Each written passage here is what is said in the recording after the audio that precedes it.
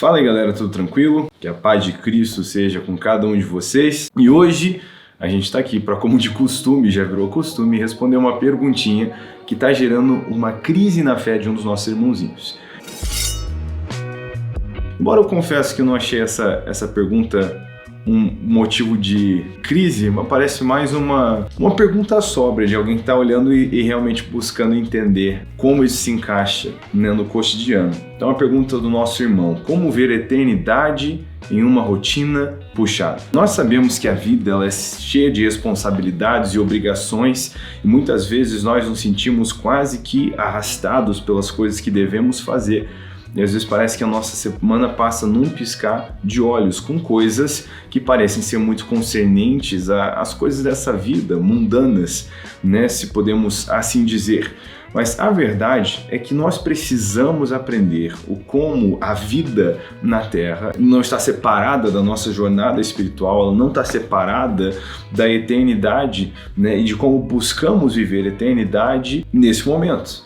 Então, tem dois jeitos de olhar para isso. E quando a gente faz isso do jeito certo, e eu tenho uma mensagem mais especificamente sobre isso, chamado Queimando Todo Dia, eu vou deixar o link aqui, né? Existe um amor integral que Deus espera de nós, né, em todas as coisas. Então, em Marcos 12:28, quando perguntam para Jesus qual o mandamento mais importante, ele faz menção de Deuteronômio 6, do versículo 4, dizendo: amarás o Senhor seu Deus de todo o coração, de toda a sua alma e de toda a sua força. A gente vê aqui uma integralidade. Ele procede, né, em Deuteronômio a dizer: fale sobre isso com seus filhos quando eles acordarem, quando foram dormir.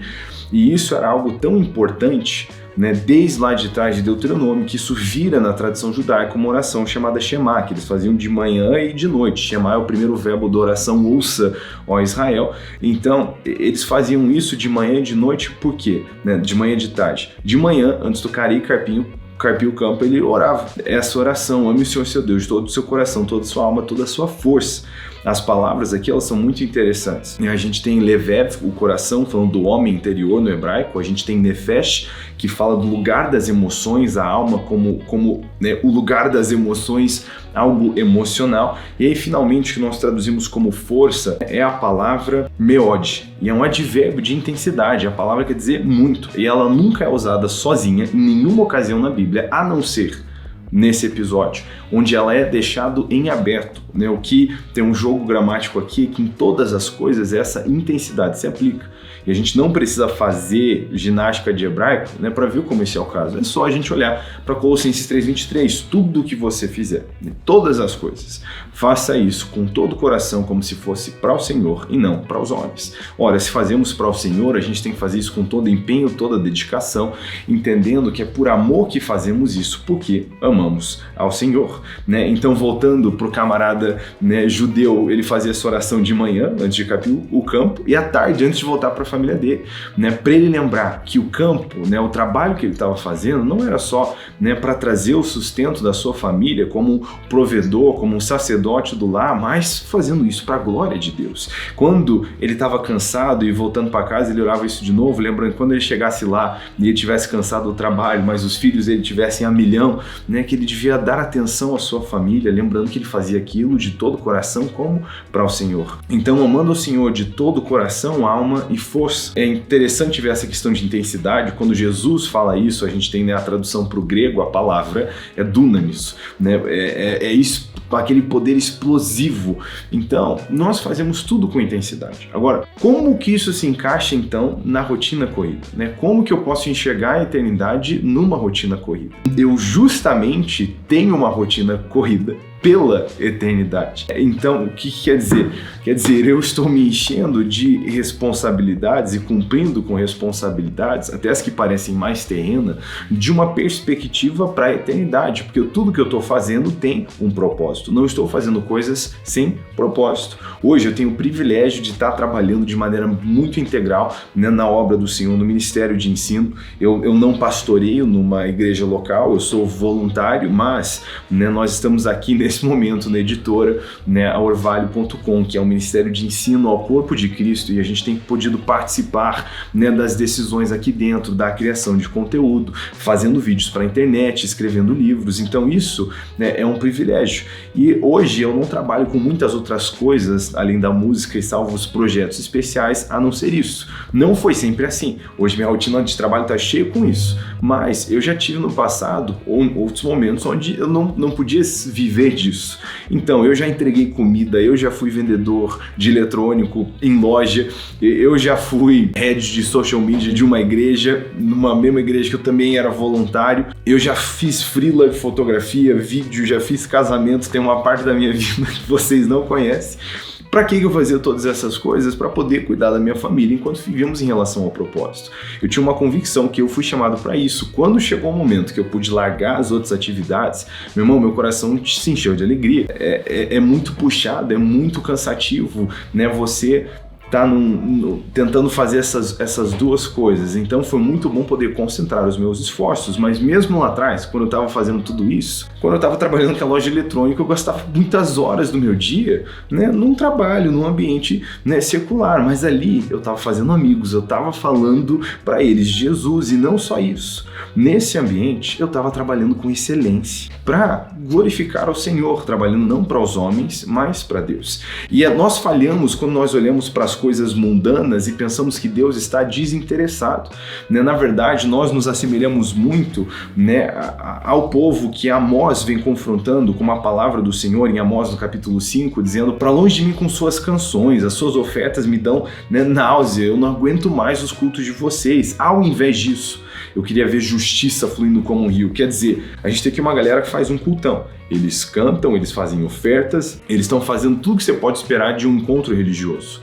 Mas durante a semana, eles não agem com justiça. Em contraste a isso, a gente vê Provérbios 11, no versículo 1, dizendo que Deus, a balança desonesta é abominável ao Senhor, mas que Deus se alegra, que Ele se delicia no peso justo. O peso justo é o seu prazer. Isso levanta a pergunta: como é que Deus despreza o cultão de uma galera, mas ama o negócio conduzido com justiça de outro? Porque é tudo sobre o coração, sempre foi sobre o coração. Nós vemos o exterior, mas Deus olha para o coração.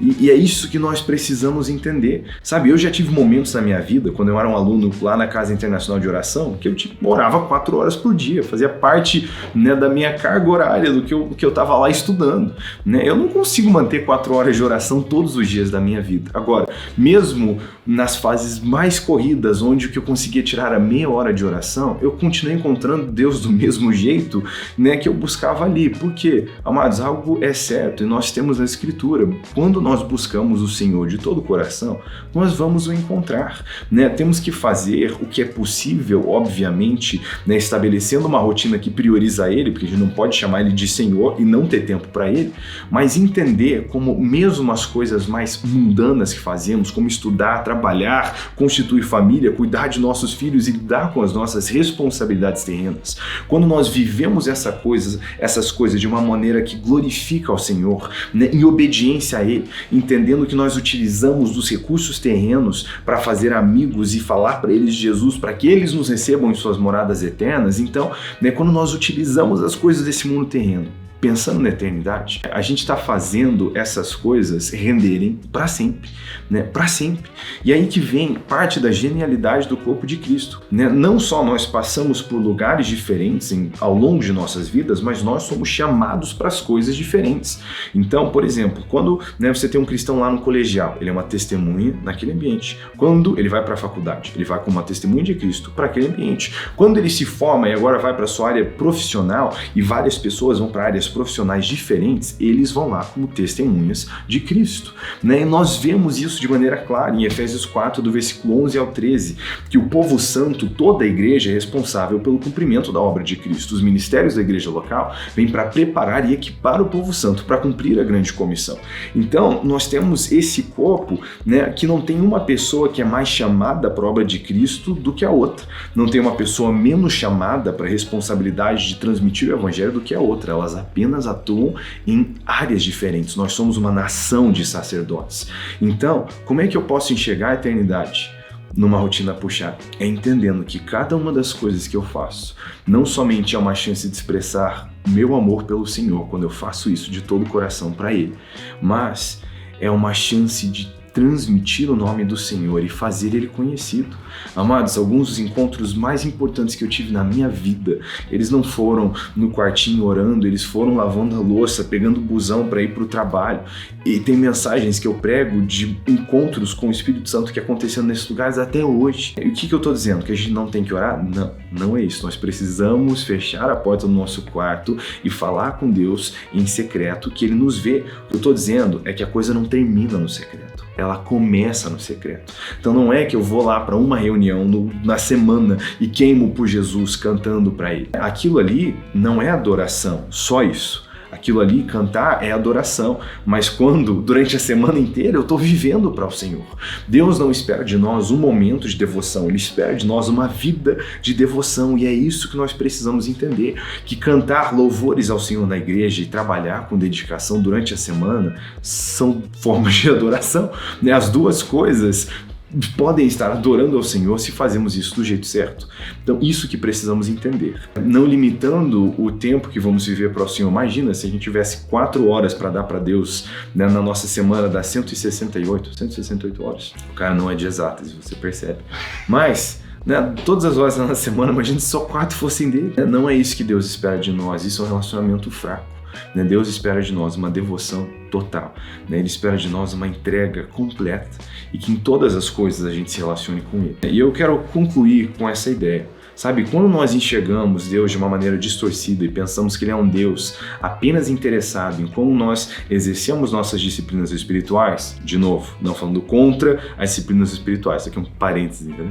Não falando contra as disciplinas espirituais, precisamos praticar tudo isso, faz parte da nossa sobrevivência espiritual, mas não é ali que termina, é ali que começa. Então, quando a gente enxerga um Deus que nos ama e está interessado apenas no nosso desempenho espiritual, nós estamos distorcendo o amor de Deus, e tem um problema quando a gente tem uma revelação errada do amor de Deus. Nós o amamos porque Ele primeiro nos amou. Então, quando nós temos uma concepção errônea do amor de Deus, nós amamos Ele do jeito errado, com parcialidade. E eu gosto de dar um exemplo na mensagem, que eu já quase preguei a mensagem toda. Não adianta um casal, né, que está casado ter um dia super romântico, né, maravilhoso, e no próximo, né, um deles dizer, agora eu vou me encontrar com outra pessoa, mas ontem foi super especial. Não adianta ter um momento maravilhoso, né, se existe espaço para outros amores, porque nesse casamento eles pertencem um ao outro. E assim é com o Senhor. Não adianta eu ter um dia maravilhoso com Ele no domingo, se na segunda o meu coração pertence a outro, né? Eu preciso estar num lugar onde eu amo o Senhor tanto que tudo que eu faço vai ser para a glória dele. E é assim que nós podemos enxergar a eternidade através de uma semana corrida. E na verdade é assim que nós devemos ter uma semana corrida, visando a eternidade. Deus te abençoe, a gente se vê no próximo vídeo.